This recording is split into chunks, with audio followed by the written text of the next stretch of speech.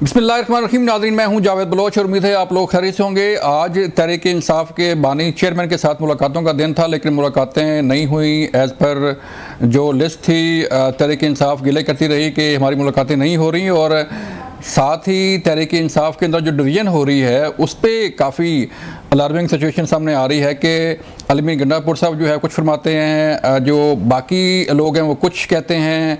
अगर हम देखें अली जफ़र साहब की जो टॉक है, मीडिया टॉक, वो कुछ और कह रही है, सलमान राय साहब कुछ और कह रहे हैं। तो वाज़ेह डिवीज़न नज़र आ रही है कि तहरीक इंसाफ की जो तहरीक है ईद के बाद वो भी कुछ चलती हुई नज़र नहीं आ रही। कहा जा रहा है कि हम प्लान कर रहे हैं, हम मोमेंटम जो है बना रहे हैं, कारकुनों को चार्ज कर रहे हैं। तो जब पूछा जाए कि कितना अर्सा लग जाएगा, तो कहते हैं जी टाइम लगेगा, लिहाजा अब तहरीक का भी कोई इशू नहीं है।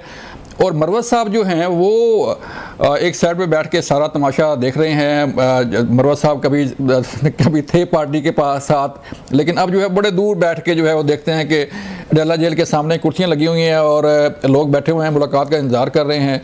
लेकिन वो जो एक तहरीक इंसाफ के अंदर एक मुज़ाहमत की तहरीक कहें या एक मोमेंटम कहें, वो नज़र नहीं आ रहा। कहा यह जा रहा है कि तहरीक इंसाफ ने मुज़ाहमत की सियासत ख़त्म करने का जो है फ़ैसला किया है और कुछ सुलह सफाई की बात की जा रही है। इस पर बात करने जा रहे हैं हम। आज हमारे साथ मौजूद हैं हमारे मेहमान शेर उज़्ज़मान मरवत साहब।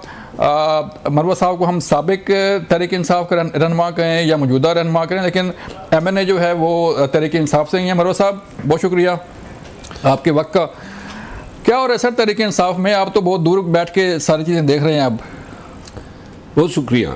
मैं दूर से नहीं देख रहा हूँ, बड़े करीब से देख रहा हूँ। अच्छा। हाँ, और करीब से इसलिए कि रोज़ाना जो है असम्बली में बाहर अंदर तहरीक इंसाफ की जो मरकज़ी क़यादत है उनसे मुलाकात होती रहती है। ये जो आपने इंट्रो में बताया ना, बदकिस्मती है कि आज एक ऐसा वक्त आ गया ख़ुसूसन मेरे लिए कि मुझे ये बताना पड़ रहा है कि हमारे जो एनर्जीज़ हैं या हमारी जो क़ुव्वत थी मुज़ाहमत की, वो मान पड़ चुकी है। और ये एक हकीकत है। यानी वर्कर को आज इस दौर में जो भी PTI का लीडर गलत उम्मीद बनवाएगा, हाँ, या गलत तवक्कुआत जो है वाबस्ता करने के लिए उनको उकसाएगा, उस लीडर को इसकी कीमत अदा करनी पड़ेगी। क्योंकि पाकिस्तान तहरीक इंसाफ का वर्कर जो है वो फिर डिले करने से, वादे वईद से आप उसको बहला नहीं सकते हैं। वो चाहते हैं कि आपने ईद के बाद तहरीक का ऐलान किया था, तहरीक किधर है, एहतजाज किधर है? जो मरकज़ी क़यादत ने रमज़ान में कहा था, और मैंने उस वक़्त भी कहा था कि ईद के बाद भी मुझे तहरीक चलती हुई नज़र नहीं आ रही है। उसके पीछे वजह यह है कि तहरीक के लिए या एहतजाज के लिए ख़ुसूसन 26 नवंबर के वाक़यात के तनाजुर में कुछ इस तरह करना पड़ेगा कि पहले तो पाकिस्तानी इस पे कायल हो कि उनका हक एहतजाज अभी तक आईन और कानून के तहत महफूज है। फिर लोगों को मोटिवेट करना होगा कि उनका निकलना क्यों ज़रूरी है पाकिस्तान के लिए या फिर खान के लिए। फिर लॉजिस्टिक हैं, फिर आपने स्ट्रेटजी बनानी है, कोई इंतशारी इसमें दाखिल ना हो, आपने फ़राइज़ तफवीज़ करने हैं, आपने एहतजाज कमेटी, इनमें से कोई चीज़ नहीं मैदान पे नहीं थी। अब तो जो है ईद के गुजरते ही ये नया बंटवारा आ गया, एक दूसरे के खिलाफ बयानात। हद तक कि सूबाई हुकूमत पे ये जो सलमान अकरम राजा साहब बयान दिया कि जी ये जो कानून साजी है, मिनरल्स एक्ट जो है ये नहीं करनी है और इसको हमने पढ़ना है। यानी कि इसका मतलब ये है कि KP की सूबाई हुकूमत को ये अंडर प्रेशर लाना चाहता है। ठीक है। इसी तरह बिरस गौर साहब के हवाले से जो अल्फाज कहे, अली जफ़र साहब के हवाले से कहे, फिर जो जवाबी रद्द-ए-अमल आया, क्या ये एक ऐसा खाका पेश करते हैं कि जो ऐसी क़यादत का कि जो मुंतशिर पार्टी की क़ुव्वत को यकजा करके ग्रैंड अलायंस बना के रोड पे लोगों को निकालेगी? देखिए, तो क्यों, इसकी फिर वजह क्या है? क्या कैपेसिटी का इशू है या आप जिसका नाम ले रहे हैं सलमान राय साहब का, उनकी शख्सियत को मशकूक होती नज़र आ रही है आपको? सलमान अकरम राजा साहब जो हैं उनके मसाइल हैं नफ्सियाती। अच्छा। ये जिस अंदाज से कंडक्ट कर रहा है, हाँ, और हर एक के साथ झगड़ना, रोब जमाना, हत्ता कि बिरस गौर और अली जफ़र साहब की तस्दीक की इन्होंने। जी जी। मुझे अपने पुष्टपनाहों के तोफेल इसने खामखा में निकलवा दिया। ये सियासी पार्टी में कोई मैच्योर अप्रोच नहीं है, और इसकी वजह ये है कि ये हजरत कभी काउंसलर तक नहीं रहा है, नहीं रहे, कभी जिंदगी में किसी पार्टी के साथ वाबस्ता ही नहीं है। बड़े वकील हैं सर। मैं ये तो देखिए एक अलहदा अमर है, मैं खुद भी वकील हूँ। वकील होना अलहदा बात है, लेकिन टॉलरेंस शो करना, बुर्दबारी शो करना, बर्दाश्त शो करना, यानी इस पे आपने आसमान सर पे उठा दिया कि मुझसे पूछे बगैर चेयरमैन क्यों गया, ये कोई बात है? फिर आप कहते हैं अली जफ़र साहब जो हैं, अली जफ़र साहब को झुटला रहा है कि अली जफ़र साहब झूठ बोल रहे हैं। किसी ने पूछा आज़म स्वाति साहब का, उसने कहा जी ये भी मैं पता करूंगा कि उसका बयान दुरुस्त है या नहीं। यानी ये क्या, वो कुरान उठा रहा है, हाँ? वो हलफ उठा रहा है। स्वाति साहब जो हैं उसकी बड़ी कुर्बानियां हैं, बड़ी तकलीफ सही है। इलेक्शन के आयाम में इन्होंने पार्टी के उम्मीदवारों की बड़ी मदद की है, तो ये इस तरह के रवैये नाकाबिल बर्दाश्त है। मैं समझता हूँ कि बेशक गौर साहब को इनको शोकाज नोटिस जारी करना चाहिए। ये conduct unbecoming of an official of the party है, मच अनबिकमिंग। ठीक है, और ये बाज नहीं आएगा अगर इनको इन हरकतों से। लेकिन लग तो ये रहा है कि the most powerful person in the party तो राय साहब ही हैं, उनके अलावा तो कोई हमें नज़र नहीं आ रहा। वो चेयरमैन को भी चैलेंज करते हैं, वो बाकी लोगों को भी चैलेंज करते हैं, वो आपको भी निकलवाते हैं, तो पावरफुल तो वही हुए। फिर मेरा ख्याल है ये इसको हम पावरफुल नहीं कहेंगे, इसको हम हमाकत कह सकते हैं, इसको देवानगी कह सकते हैं। यानी ये कौन सी सियासत हो रही है कि आप अपनी पार्टी का शिराजा पे कर रहे हैं, आप पार्टी में तकसीम, नफरत और पार्टी में ऐसी सोच को परवान चढ़ा रहे हैं जहाँ पे हर दूसरा आने वाला शख्स इसके अगर नक्श कदम पे चलेगा तो वो भी मज़ीद इंतशार का बाइस होगा। अभी इन्होंने जो एक और बात की कि खान साहब ने एक और बात अली जफ़र साहब को बताई कि जी ये जो इस्लामाबाद हाई कोर्ट का जो फैसला है इस पे आप सुप्रीम कोर्ट चले जाएं, जो मुलाकात वाला है, ये फैसला तो इन्होंने कराया, बयान दिए, बयान अल्फी दिया। इसका मतलब है कि खान साहब इस फैसले से भी मुतमईन नहीं है और उसको चैलेंज कर रहे हैं सुप्रीम कोर्ट ऑफ पाकिस्तान में। तो ये नाकामी यही है। मुराद साहब, तहरीक, आप जब ये तहरीक का ऐलान हुआ था कि हमने ईद के बाद तहरीक शुरू करनी है, तो आपने उस वक्त भी कहा था, आपने रिपीट किया आज कि मैंने कहा था कि तहरीक नहीं चलनी, तो अब आपको नज़र आ रहा है कोई तहरीक चल सकती है, या कोई हालात ऐसे हैं, या इस जो क़यादत है उसमें कोई कैपेसिटी ऐसी नहीं है, कोई इशू ऐसे हैं कि वो तहरीक के काबिल नहीं है? पाकिस्तान तहरीक इंसाफ में तहरीक चलाने वाले जो लोग हैं ना, ऐसी नहीं है कि ये पार्टी ऐसे क़यादत से महरूम है, हाँ। लेकिन उन लोगों को कसदन पसे पुश्त किया गया है। ठीक है, उनको मौका ही नहीं दिया जा रहा है। और जिन लोगों ने 9 मई के बाद पीटीआई के लिए उस कठिन दौर में तहरीक चलाई, उनमें से किसी का अशर अशीर भी आज क़यादत की सफ़ों में नज़र नहीं आ रहा है, हाँ। तो लिहाजा जब तक पाकिस्तान तहरीक इंसाफ पहले अपने तमाम तज़ादात इख्तिलाफ़ात को ख़त्म न करें, नंबर 1, इसके बाद जो है एक एहतजाज कमेटी बनाए और उसमें बजाय इसके जिस तरह हर एक कमेटी में सिफारिश पे लोगों को भर्ती किया जाता है, मेरिट पे उन लोगों को शामिल किया जाए जिन्होंने तहरीक एहतजाज की चलाई हो कामयाबी के साथ। उसमें लॉजिस्टिक सपोर्ट के लिए लोगों को शामिल किया जाना चाहिए, सोशल मीडिया के किरदार की अदायगी के लिए लोगों को इसमें शमूलियत देनी चाहिए, और इसके बाद ग्रैंड अलायंस से भी बात होनी चाहिए। लेकिन ये सब कुछ अगर करना भी है तो 1 महीने के अंदर करना है। अप्रैल के बाद मई जब शुरू होगा, गर्मी नाकाबिल बर्दाश्त होगी, और गर्मी बताती खुद इतनी बड़ी रुकावट होगी कि फिर आपको सर्दी का इंतजार करना पड़ेगा। ठीक है, तो मरवत साहब, फिर ये जो आज़म स्वाति साहब फरमा रहे हैं कि मुझे कहा गया है बातचीत करने का, मुज़ाकरात करने का, और ये कहा जा रहा है कि आज़म स्वाति साहब जो है वो कभी हलफ दे रहे हैं कि नहीं वाकई मुझे कहा गया, और फिर खान साहब ने तस्दीक भी की कि मैंने उन्हें मैंडेट दिया है बातचीत करने का। तो आप समझते हैं कि आज़म स्वाति साहब या कोई और जो है बैकडोर चैनल बहाल कर सकते हैं, या बहाल हो सकते हैं, बातचीत हो सकती है?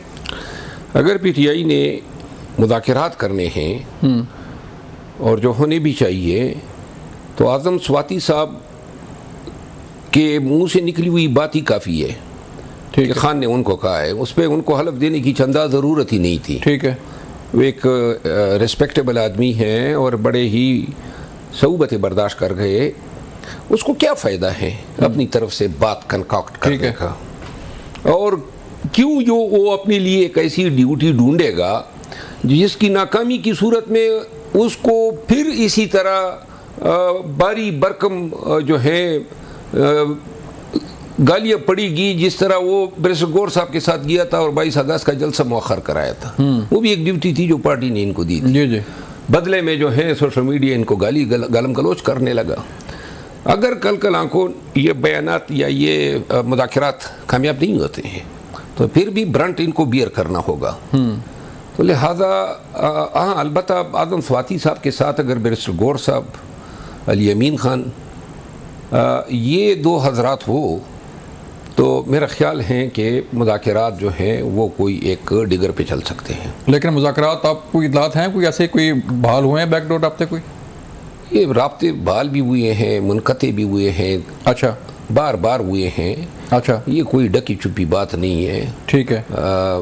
ये पूरे PTI और पूरे पाकिस्तान को इल्म है। अलबत्ता मैं अब ये समझता हूँ कि जब भी मुज़ाकराती अदवार हुए हैं, एस्टेब्लिशमेंट ने जो है इन मुज़ाकरात को कभी संजीदा लिया ही नहीं है। वक्त गुजारी के लिए हमें इंगेज किया है और अपना उल्लू सीधा होने के बाद जो है उन्होंने फिर मुज़ाकरात से हाथ खींचे हैं। आजकल मुज़ाकरात शायद हमारी ज़रूरत है।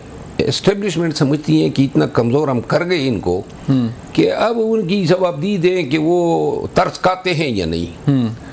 और मेरा ख्याल ये है कि जब तक PTI कोई एक वसी मुज़ाहमती तहरीक चलाने की काबिल नहीं होगी, मुज़ाकरात की तवक्को रखना या मुज़ाकरात में जाना जो है वो बिला सूद होगा। बिल्कुल ठीक है, लेकिन ये जो है वो मुज़ाहमती जो आप तहरीक के काबिल कह रहे हैं, क्या तहरीक इंसाफ इस काबिल है इस वक्त कि कोई ऐसी बड़ी तहरीक चला सके, ये मुज़ाहमत कर सके? बिल्कुल। PTI का वर्कर जो है ना वो एक ऐसा वर्कर है जो पाकिस्तान में किसी और पार्टी के पास नहीं है। ठीक है। लेकिन जो क़यादत है बदकिस्मती से वो इस काबिल नहीं है कि ऐसे दलेर, ऐसे बहादुर, ऐसे कमिटेड डाई हार्ड वर्कर को निकाल सके। PTI में क़यादत का फुकदान है और सिर्फ बयानात की हद तक तो जनाब ये आसमान पे कमन फेंकते हैं। हाँ। अमली तौर पे जनाब अली कुछ भी नहीं है और मैं इन सब को अच्छी तरह जानता हूँ। हाँ। ये लेकिन आप इख्लाफात की बात कर रहे हैं ना, कभी अली मीन गंडापुर साहब के बयान देखे हैं, कभी अली जफ़र के, कभी राय साहब के, कभी किसी के। तो इस सारी सूरत हाल का जिम्मेदार कौन है? कोई आपस की कोई जंग चल रही है, कोई इख्तियारात की, ओहदों की, इस वजह से हो रहे हैं? सबको अच्छी तरह पता है कि कौन जिम्मेदार हैं और क्यों ये सब कुछ हो रहा है। इसकी वजह यह है कि पार्टी में डिसिप्लिन नाम की कोई चीज़ नहीं है। डिसिप्लिन तब होती है जब आप लोगों को एक कायदे असूल के तहत रेगुलेट करते हैं, गवर्न करते हैं। यहाँ जनाब अली उमर अयूब खान से इस्तीफ़ा लिया गया और इन हजरत को जो है सिफारिश पे सेक्रेटरी जनरल बनाया गया। अच्छा, मतलब ये कानूनी तौर पे या PTI के आइन के तहत इसका इलेक्ट होना ज़रूरी है। He must be an elected secretary general. ठीक है। ये अब न कि सिर्फ ये जब आ गए तो खुद इसके बाद तवातर से तमाम जो जितने भी मुनासिब थे सबके नोटिफिकेशन होते हैं। फलां रीजन का सदर, फलां ज़िले का सदर। एक भी पोस्ट या एक भी वैकेंसी इलेक्शन के ज़रिए फिल नहीं की जा रही है। इसके बाद जो है लोगों को अच्छी तरह पता है ना कि पार्टी में फैसले जो हैं जिसने पहले रसाई कर ली वो मुकद्दर का सिकंदर ठहरा। अच्छा, अगर ये भी एक अलमिया है, फिर ये फैसले सारे इस तरह हो रहे हैं। हाँ। और बेसिकली ये वही लोग करवा रहे हैं जिन्होंने खान साहब को जो है उनसे तमाम ये चीज़ें पोशीदा रखी हुई हैं, सवा सत्यानाश कर चुके हैं और मज़ीद नुकसान दे रहे हैं। बड़ी अहम बात की मरवा साहब के जो पहले पहुंच गया उसी की सुनेंगे, ये फैसला भी उसी के हक में होता है। यहाँ पे लेते हैं एक ब्रेक, मिलते हैं ब्रेक के बाद। वेलकम बैक नाज़रीन। हम बात कर रहे थे कि तहरीक इंसाफ की जो मुलाकातें हैं, तहरीक इंसाफ के फैसले हैं, वो कैसे हो रहे हैं। और मरवा साहब ये कह रहे हैं कि जो पहले पहुँच गया, जिसकी रसाई होगी, उसका फ़ैसला हो गया। मरवा साहब, फिर फैसले तो वहीं से हो रहे हैं ना, जेल के अंदर से ही। जिसकी रसाई होगी, फ़ैसला उसके हक में हो गया, तो फिर आपकी रसाई फिर क्यों नहीं हो रही? आपने कोशिश नहीं की? नहीं, और रसाई देने वाले ही यही है जिन्होंने जो है दड़न तख्ता किया है। तो लिहाजा मैं तो खान के पास गया था ना, इन्होंने मुलाकात होने ही नहीं दी, वरना शुरू में ये किस्मत, ये मुलाकातें सारी शुरू ही मैंने कराई थी। हाँ, इन्होंने मुलाकात में रुकावट डाली और खान के पास ये मौजूद थे, तो मुझे इतलाई कि खान साहब जो हैं वो मिलना नहीं चाहते हैं। अच्छा। इसके बाद मेरे लिए नहीं काफ़ी था ना, तो अब तो मैं दोबारा नहीं जाऊंगा। तो 3 बार जो है वो आपको निकाला गया, कभी वापस आए, कभी बाहर चले गए, अब चौथी बार वापसी है? नहीं होगी। नहीं, मैं नहीं, इस तरह नहीं जाऊंगा। जब तक सलमान अकरम राजा साहब सेक्रेटरी जनरल होंगे मैं पीटीआई में वापस नहीं जाऊंगा। ये अच्छा। मैं पहली दफ़ा ऑन रिकॉर्ड कह रहा हूँ। अच्छा, क्यों, वजह क्या है? वो इसके साथ नहीं चल सकते हैं ना, वो मनमानी करता है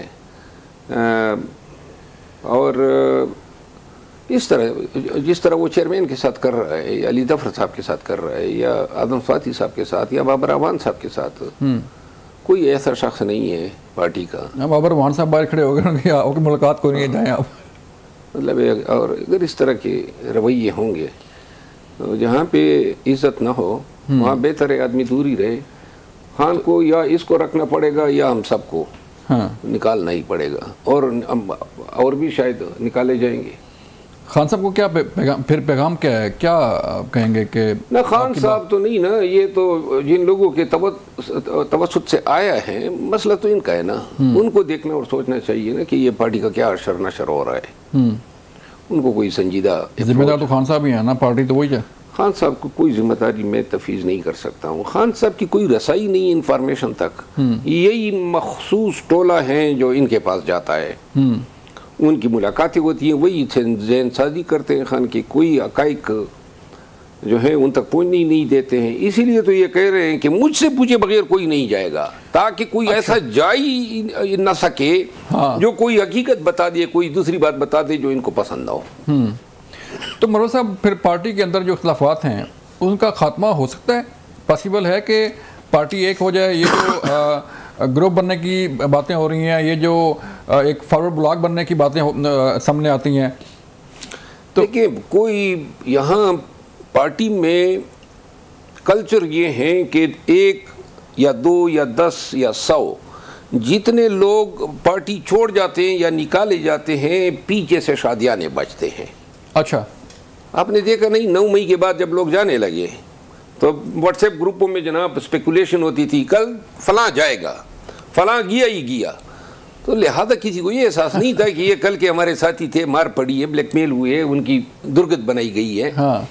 लोग इस पे खुश होते थे कि जनाब वो फवाद चौधरी साहब चले गए तो उसका सीनियर नायब सदर का मनसब खाली हो गया, वो अपना असद उमर साहब चले गए, सेक्रेटरी जनरल का मनसब खाली हो गया, फलां सूबाई सदर थे परवेज़ खटक साहब, तो केपी की सदारत खाली हो गई। तो लोगों को मुनासिब नज़र आते हैं।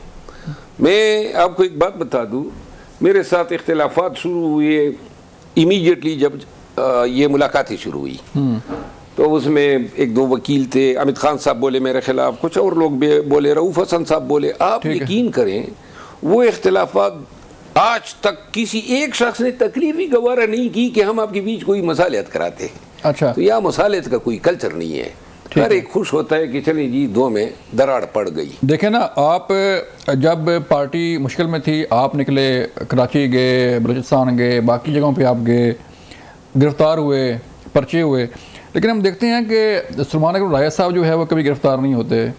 अली ज़फ़र साहब देख लें, गौर साहब देख लें, उमर अयूब साहब इवन जो है वो देख लें, तो इसकी क्या वजह है? फिर सारी नज़ला जो है, सारा प्रेशर फिर आप जैसे लोगों पे आता है। देखिए, मैं ये ज़रूर कहूँगा कि पाकिस्तान तहरीक इंसाफ में ये इंसाफ नहीं होता है। लोगों का किरदार जो है ना, या उनकी परफॉर्मेंस, कारकर्दगी जो है, वो मयार और काम की कसौटी पे नहीं तोली जाती है। ठीक है। यहाँ जिसको लाठी तक नहीं पड़ी, जिसको गिरफ्तारी जिसने देखी ही नहीं, जिसके घर पे छापाई नहीं हुआ, वो जनाब अली की आदत बन बैठे हैं। और जो लोग मर गए, वर्कर शहीद हुए 26 नवंबर को, इससे पहले 9 मई को किसी सूबाई असम्बली की सीट में भी उनको याद नहीं किया गया। हत्ता कि न कि सिर्फ ये ये जितने मनासिब तकसीम हो रहे हैं, जितनी सीटें तकसीम हो रही है, वो वही एक मखसूस टोला है करवा रहा है, और ये बिल्कुल जमहूरियत के मनाफी प्रैक्टिसेस हैं।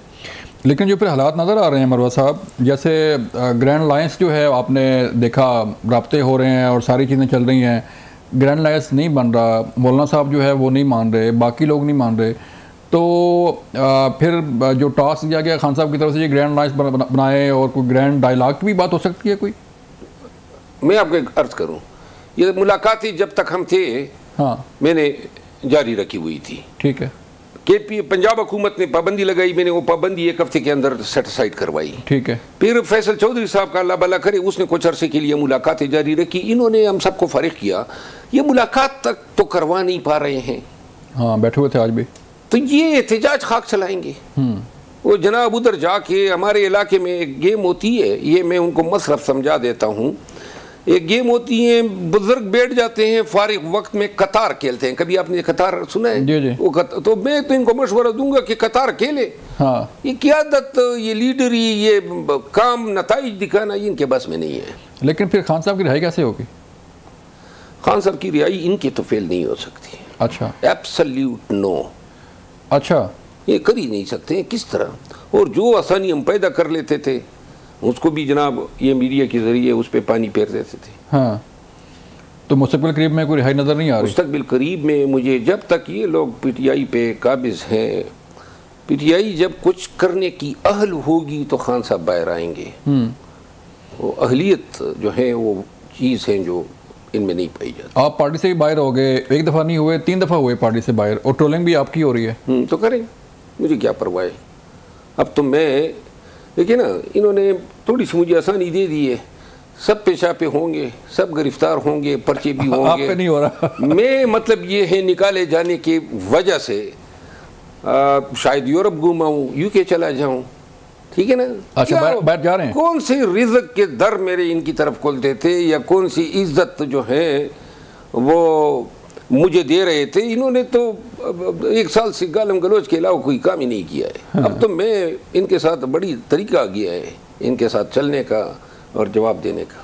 तो आप तंग नहीं आ गए इतनी बार बार जो है वो ऐसे रवैया ऐसे निकाला जाना, ऐसे जो है वो आप रवैया बर्दाश्त कर रहे हैं? तो अभी तो इसी वजह से तो मैं बोल रहा हूँ। पहले तो मैं जब निकाला जाता था तो खामोश हो जाता था कि चलें जी वापस जाना है। अब तो मेरा इरादा ही नहीं है वापस जाने का जब तक, अच्छा, मेरा इरादा ही नहीं है वापस जाने जब तक ये सलमान अकरम राजा साहब को निकालती ही नहीं है, हटाते नहीं है। ऐसे भी नौबत आ सकती है कि आप पार्टी छोड़ दें?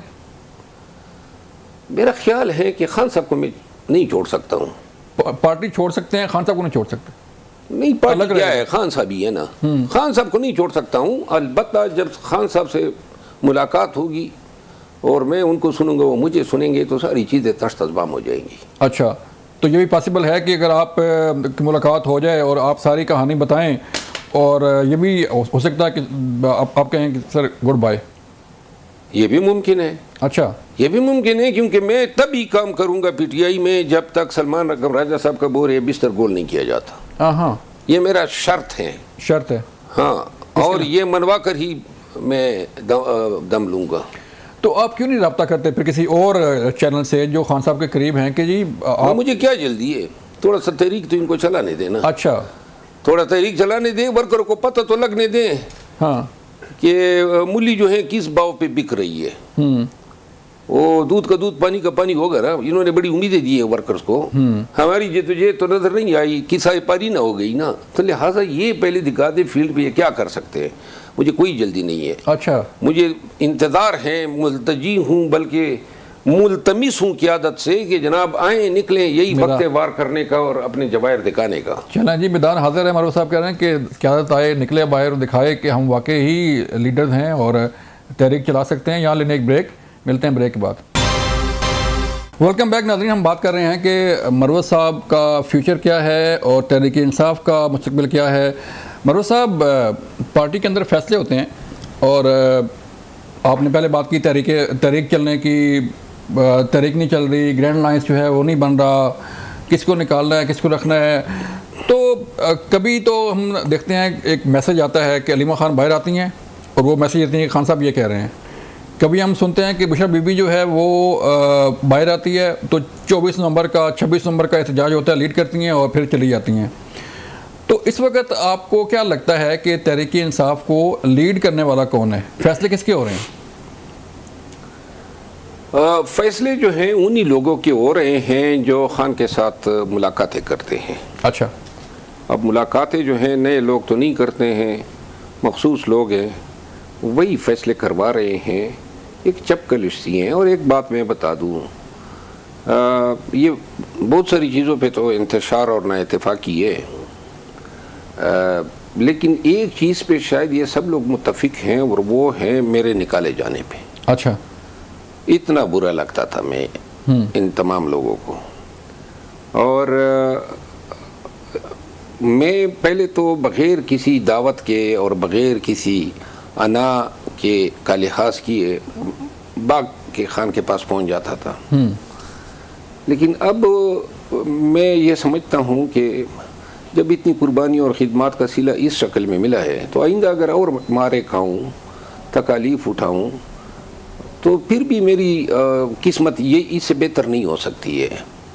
तो लिहाजा अब आइंदा के लिए मैं अगर कोई किरदार अदा भी करूँगा, चाहे वो इलेक्शन होंगे चाहे एहतजाज होगा, वो तभी अदा करूँगा जब मेरे साथ बातचीत हो और मुझे मेरे गुनाह बता दिए जाए। और अगर बग़ैर गुनाह के मेरे साथ, जिस तरह लास्ट टाइम खान साहब ने कहा कि आपके साथ ज़्यादती हुई है जब दूसरी दफ़ा निकाला था, तो अगर इस तरह ज़्यादतियाँ होती रही तो बेहतर नहीं है कि मैं साइड पे रहूँ। कम से कम मारे तो नहीं मारे तो नहीं पड़ेंगी ना, नए पर्चे नहीं होंगे, नए नुकसानात नहीं उठाऊँगा। आजकल वैसे भी मैंने थोड़ा सा अपनी वकालत पे तवज्जो दी है। एक अलमिया है आपके तवज्जुद से आपके तमाम और पीटीआई के वर्कर को बना, वो अलमिया ये है कि पाकिस्तान में कभी भी किसी भी दौर में कोई सियासी पार्टी इतनी मकबूलियत नहीं पा सकी थी जिस तरह आज पीटीआई को मकबूलियत हासिल है। ठीक है।